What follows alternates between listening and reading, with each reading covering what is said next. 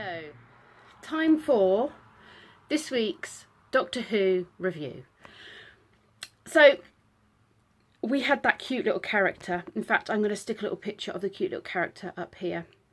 I thought it was cute. Loads of people have been telling me it's not cute and it's horrible and it's the things that nightmares are made out of. Somebody actually said it was like an alien tequila worm. It's got a bigger bite than the tequila, which is probably true. But I liked it. I thought it was really cute. I mean, it was too cute to be a baddie. It reminded me of an evil Edipo from the Edipo series. That's what it reminded me of. Yeah, I loved the story. I really did. I just thought it was a really cool story. Man giving birth. I mean, you don't see that every day, do you?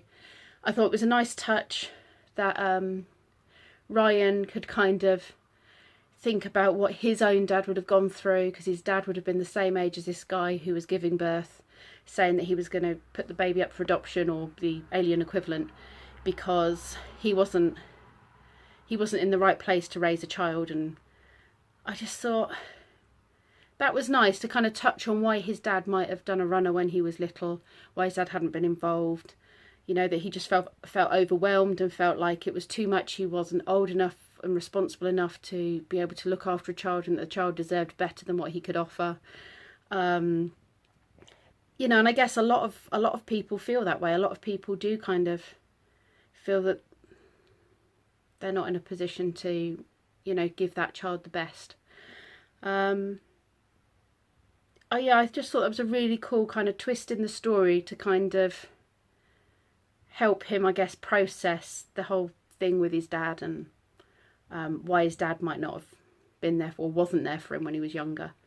And maybe to give his dad a chance, because his dad's been trying to have more to do with him and, you know, have more contact with him, to maybe, you know, give his dad the benefit of the doubt. And I just thought that was kind of a good touch.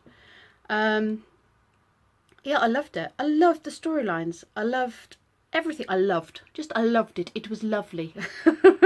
I've got to think of a better word than loved. But yeah, I was really pleased with the story. It was light-hearted and fun.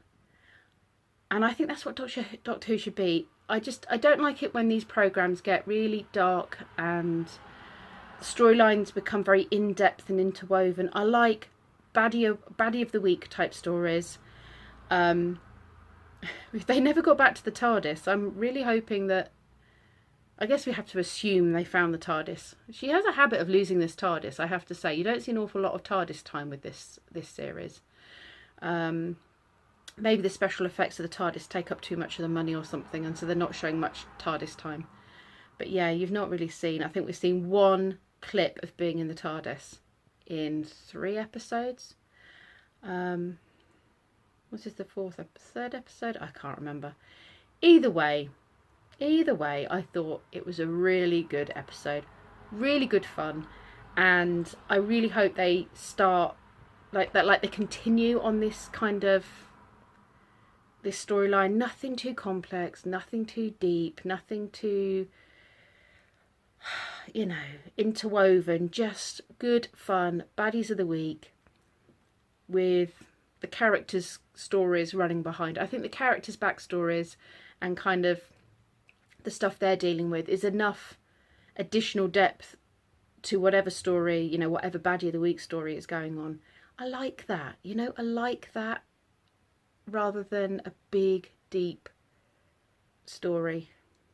I'm trying to think of other programmes that have started off kind of like that. Enterprise, if anyone ever watched Enterprise, was it Enterprise? With Scott Bakula. I loved the first couple of series, but then as soon as they started going into the whole Xindi thing, it just seemed to get really dark, and I just got so fed up with the whole Xindi story. I don't know, some people prefer something a bit deeper, but I think there's enough rubbish going on in life. I want what little TV I watch to be light-hearted and fun and just easy watching. So maybe that's why these stories appeal to me.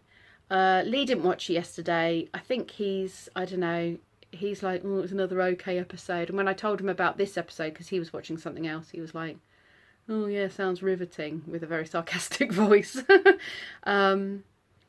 I don't know. I think he just can't get past the fact it's not Tennant, you know, and he's never really enjoyed it since Tennant left. We finally gave Smith a try. Like I've said before, we gave Smith a try.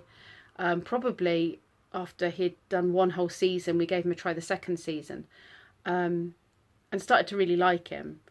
But I don't know, he doesn't like the stories. He liked Capaldi but didn't like his stories.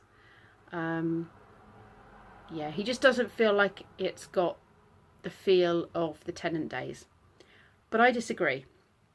I think we're going back to the Tennant days.